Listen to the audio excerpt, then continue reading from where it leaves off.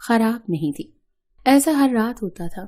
ایک دن میں نے اپنے شوہر سے کہا کہ جب سے ہماری شادی ہوئی ہے ہم کہیں گھومنے پھرنے نہیں گئے۔ یہ سن کر میرے شوہر نے کہا کہ جب سے ہماری شادی ہوئی ہے تم بھی تو ہر وقت نیند میں رہتی ہو، میں رات کو بھی گھر آتا ہوں تو تم گہری نیند میں سوئی ہوتی ہو، دن کو میرے پاس وقت نہیں ہوتا اور رات کو میرے گھر آنے سے پہلے تم سو جاتی ہو۔ یہ سن کر میں اپنے دل میں سوچنے لگی کہ یہ سب نوکر کی مالش کی وجہ سے ہو رہا تھا۔ میرے شوہر کی شکایت درست تھی، مجھے روز رات کو اپنے شوہر کے لیے جاگنا چاہیے تھا۔ اس دن میں نے فیصلہ کیا کہ آج رات جب نوکر مجھے مالش کے لیے کہے گا تو میں انکار کر دوں گی تاکہ مجھے نیند نہ آئے اور میں اپنے شوہر کے آنے تک جاگتی رہوں۔ شام ہوئی تو میں نہا کر خود کو خوب تیار کیا اور دلہن بن کر بستر پر بیٹھ گئی۔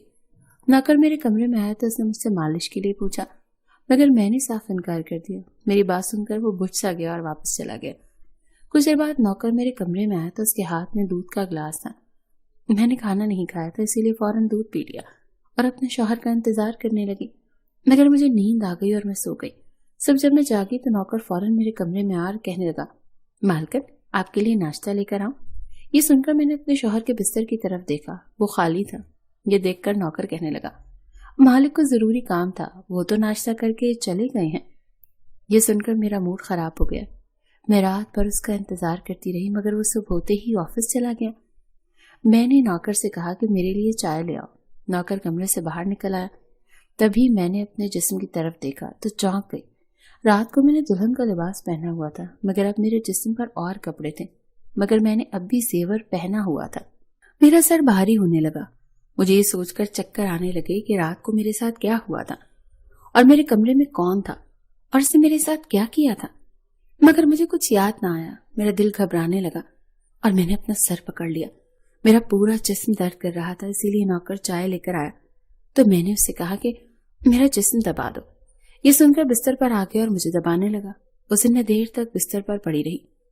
اس دن میرا شوہر اچانک گھر آ گیا۔ میں نے اسے دیکھا تو اس پر برس پڑی، میں رات کو تمہارے لیے دلہن بن کر جاگتی رہی مگر تم نہیں آئے۔ یہ سن کر میرا شوہر کہنے لگا، لیکن میں رات کو کمرے میں آیا تھا تو تم گہری نیند میں تھی، اسی لیے میں نے تمہیں جگایا نہیں۔ یہ سن کر میں چونک گئی، مگر میرے کپڑے کس نے تبدیل کیے اور نیند پوری ہونے کے باوجود میرا جسم کیوں درد کر رہا ہے؟ میں الجھ گئی۔ تبھی میرا شوہر کہنے لگا، اچھا ٹھیک ہے، موڈ خراب کرنے کی ضرورت نہیں ہے، مجھے آج رات کو بھی ایک کام کے سلسلے میں جانا ہے اسی لیے دیر ہو جائے گی، مگر ابھی میرے پاس 3-4 گھنٹے فارغ ہیں، اگر تم کہو تو ہم ابھی کہیں باہر جا سکتے ہیں۔ یہ سن کر میرا موڈ خود بخود ٹھیک ہو گیا اور میں ساری باتوں کو بھول گئی اور خوش ہو گئی۔ شادی کے بعد یہ پہلا موقع تھا کہ میں اپنے شوہر کے ساتھ کہیں آؤٹنگ کے لیے جا رہی تھی۔ میں جلدی جلدی تیار ہونے لگی جبکہ میرا شوہر گاڑی میں بیٹھ کر میرا انتظار کرنے لگا۔ اسی وقت نوکر میرے کمرے میں آ گیا اور مجھ سے پوچھا، مالکن آپ کہیں جا رہی ہیں؟ یہ سن کر میں نے اس سے کہا کہ ہاں، مگر تم کیوں پوچھ رہے ہو؟ یہ سن کر نوکر کہنے لگا، میں آپ کا نوکر ہوں مگر آپ کو یہی صلاح دوں گا کہ آپ باہر نہیں جائیں کیونکہ آپ کا جسم تھک جائے گا۔ یہ سن کر مجھے غصہ آ گیا اور میں نے اس سے کہا کہ تم میرے نوکر ہو، میرے شوہر بننے کی کوشش مت کرو۔ یہ کہہ کر میں باہر چلی گئی۔ نہ جانے مجھے کس بات پر غصہ آ گیا تھا۔ میں نے اس نوکر کو خوب کھری کھری سنا دی، وہ بھی اپنی اوقات جان گیا تھا۔ تبھی تو میں گھر آئی تو وہ میرے سامنے نہیں آیا۔ میرا شوہر مجھے گیٹ پر اتار کر واپس جا چکا تھا۔ جبکہ میں اندر آئی تو میرا سارا جسم بری طرح دکھ رہا تھا، شاید میرے جسم کو مالش کی عادت ہو گئی تھی، تبھی تو رات ہوتے ہی وہ مالش کے لیے تڑپنے لگتا تھا۔ لیکن میں نے اس نوکر کو ناراض کر دیا تھا، اس لیے آج وہ میری مالش کرنے نہیں آیا، مگر مجھے اس کی ضرورت تھی، اسی لیے میں نے ایک ملازمہ کو بلایا اور اسے نوکر کو بلانے کو کہا۔ تھوڑی دیر گزری تھی کہ وہ نوکر میرے کمرے میں آ گیا، میرے بستر پر بیٹھ گیا اور چپ چاپ میرے پیر دبانے لگا۔ یہ دیکھ مجھے شرمندگی ہوئی۔ میں نے اسے اتنا برا بھلا کہا مگر اس نے میری باتوں کا بالکل برا نہیں منایا۔ میں نے اسے چپ دیکھا تو کہنے لگی، مجھے اس وقت پتا نہیں تھا کیا ہو گیا تھا، اسی لیے میں نے تمہیں کھری کھری سنا دی، مگر میں اتنے دنوں کے بعد اپنے شوہر کے ساتھ کہیں باہر جا رہی تھی، اسی لیے مجھے تمہارا منع کرنا برا لگا، اس لیے مجھے معاف کر دو۔ میں اس کی مالکن تھی اور اسے اس کام کے پیسے دیتی تھی، مگر ابھی بھی مجھ سے انسانیت زندہ تھی، اسی لیے میں نے مالکن ہو کر بھی نوکر سے معافی مانگ لی، کیونکہ وہ بھلے ہی نوکر تھا مگر وہ ایک انسان بھی تو تھا۔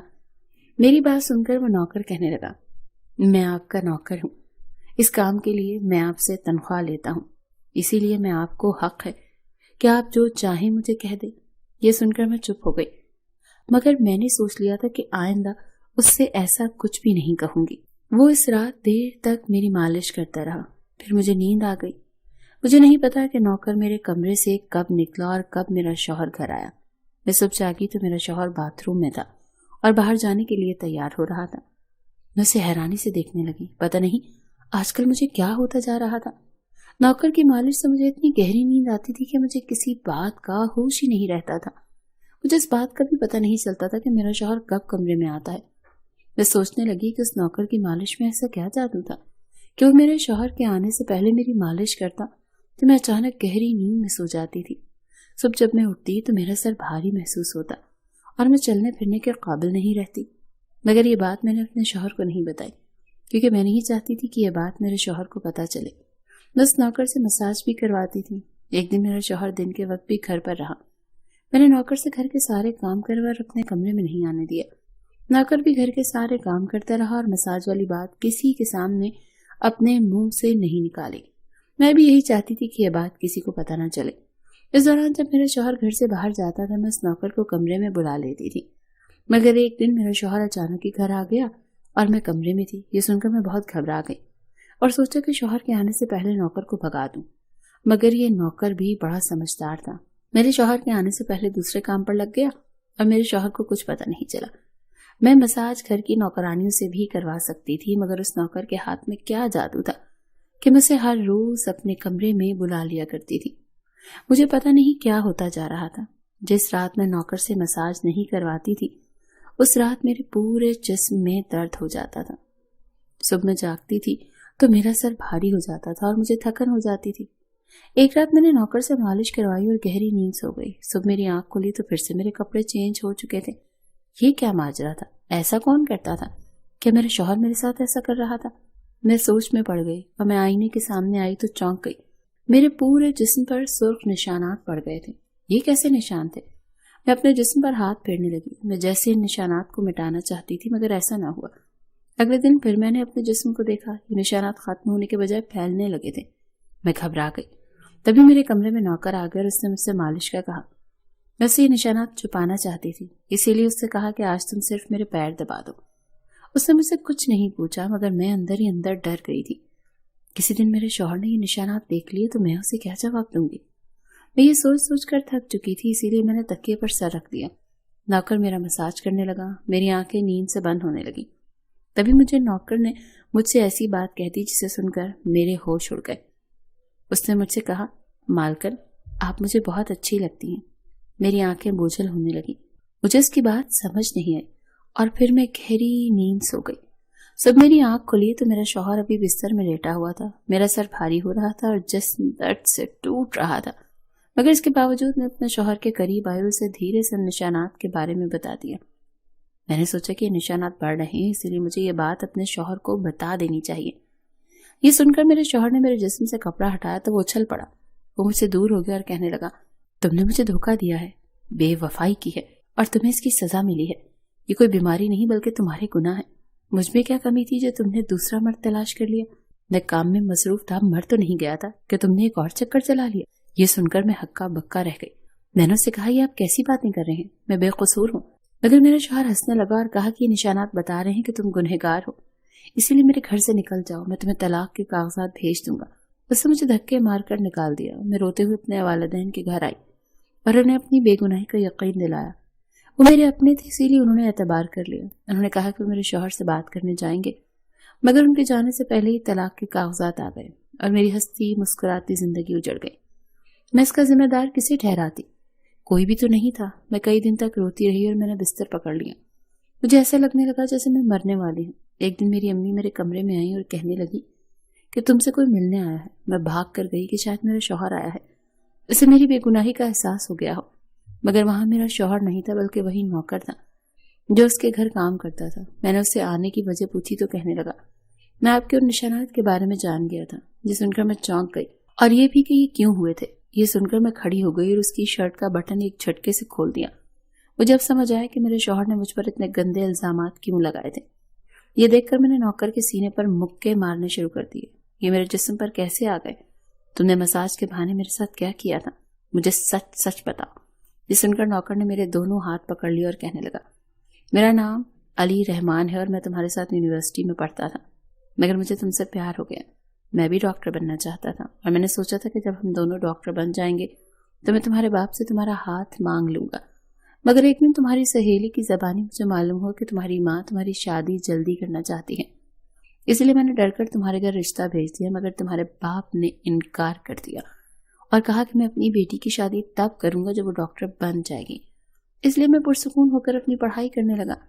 مجھے 1 ہفتے کے لیے اپنے کزن کی شادی کے لیے شہر سے باہر جانا پڑا، تبھی تمہاری شادی ہو گئی۔ وہ یہ سب مجھ سے کہہ رہا تھا اور میں بے یقینی سے اسے دیکھ رہی تھی۔ میں واپس آئے تو میری محبت کسی اور کی دلہن بن چکی تھی اور میں تمہارے پیار اور دیوانگی میں تمہارے ہی گھر کا نوکر بن گیا تاکہ میں تمہارے قریب رہ سکوں۔ میں تمہارے قریب آنا چاہتا تھا، اسی لیے مساج کے بہانے تمہارے کمرے میں آ جاتا تھا اور رات کو تمہارے دودھ میں بے ہوشی کی دوا ملا دیتا تھا تاکہ تم سوتی رہو اور تمہارا شوہر تمہارے قریب نہ آ سکے، کیونکہ تم میری تھی، میں تمہیں کسی اور کے قریب نہیں دیکھ سکتا تھا۔ یہ سن کر میں ہکا بکا رہ گئی۔ کیا تم نے میرے ساتھ کبھی کچھ غلط کیا؟ یہ سن کر اس نے میرا ہاتھ اپنے سر پر رکھ لیا اور کہا، میں تم سے پیار کرتا تھا، اس لیے تمہاری اجازت کی میں تمہارے ساتھ کچھ نہیں کرنا چاہتا تھا۔ یہ سن کر میں نے ان نشانات کی طرف اشارہ کیا جو ہم دونوں کے جسموں پر تھے۔ یہ سن کر وہ ہنسی اور کہا کہ میں ڈاکٹر ہوں اور یہ صرف انفیکشن ہے، یہ میں نے اس لیے کیا تاکہ تمہارے شوہر کو ہم دونوں پر شک ہو جائے۔ یہ کہہ کر اس نے مجھ سے معافی مانگ لی اور میں نے پورے 1 سال اسے سزا دینے کے بعد معاف کر دیا اور پھر اس کے ساتھ شادی کر لی۔